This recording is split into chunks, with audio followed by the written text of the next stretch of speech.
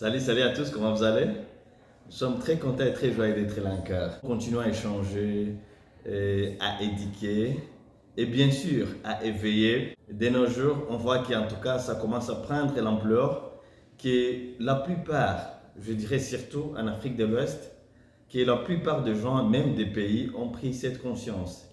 Et cette conscience-là de dire non au vol, de dire non à la colonisation, va continuer et on fera tout ce qui est à notre pouvoir, tout ce qui est à notre possibilité, on le fera pour que nous puissions contribuer dans cette lutte, de l'indépendance.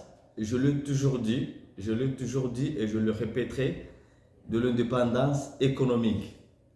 Nous, en tant qu'Africa Truck, en tout cas, on va se baser trop dans l'indépendance économique parce que c'est lui qui détient la monnaie, c'est lui qui détient le pouvoir d'achat, c'est lui qui détient l'économie, vous détient. Donc, détrompons-nous, si on est toujours pauvre, on n'aura en aucun jour un mot à dire. C'est cela de moi que je parlais sur l'uranium du Niger. Aujourd'hui, je vais creuser très profondément. Je m'informe beaucoup, je fais des recherches. Alors, c'est comme je l'ai promis, parce que nous voulons que notre message puisse arriver ou puisse impacter la majorité de la jeunesse africaine. Or, notre Afrique est divisée surtout en deux blocs, je dirais les anglophones et les francophones. Surtout au nord, ils parlent français. Et au sud, l'Afrique australe parle l'anglais.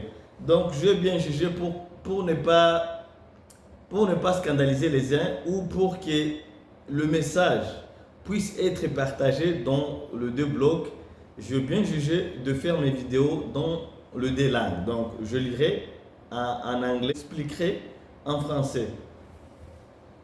Aujourd'hui, je vais vous révéler les secrets du vol que la France a perpétré durant plus de 4 décennies. Ça va choquer tout le monde et je suggère à mes interlocuteurs qu'ils puissent partager ces vidéos, voir ou lire ces messages. So I was saying that because Africa is divided in two blocks, most of Africans we speak either French or English. In the north, they speak French, and in the south they speak English. So in order to impact more people, so I have decided to do my videos in two languages. So I will be reading in English and I will be explaining in French in order to impact more people. So we are here to share those information that most of the people they don't have access to. So, are you ready? Let's start. Ici, il y a plus de 30 compagnies françaises qui travaillent, qui font des business au Niger. Ils sont dans le service, dans la distribution et dans le mining.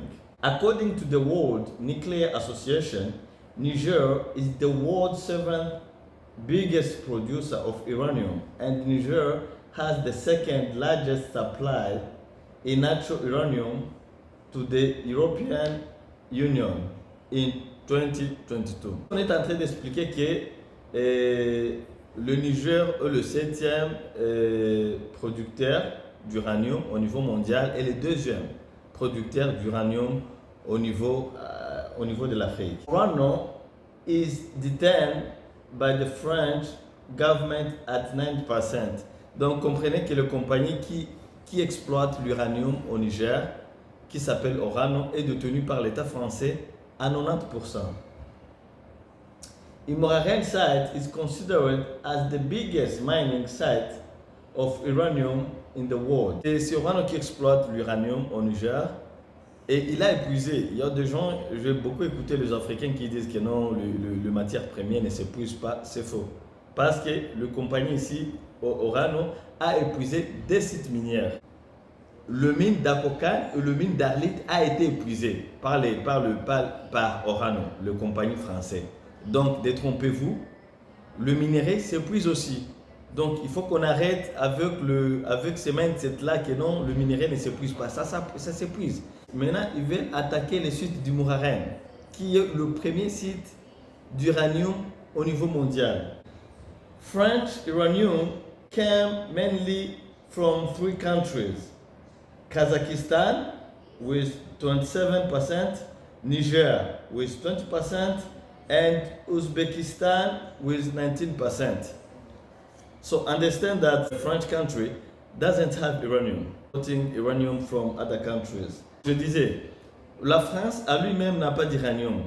Et figurez-vous que la France a plus de 65 centrales nucléaires. Ça provient des trois pays, du Kazakhstan qui leur donne 27%, Niger 20% et Ouzbékistan 19%.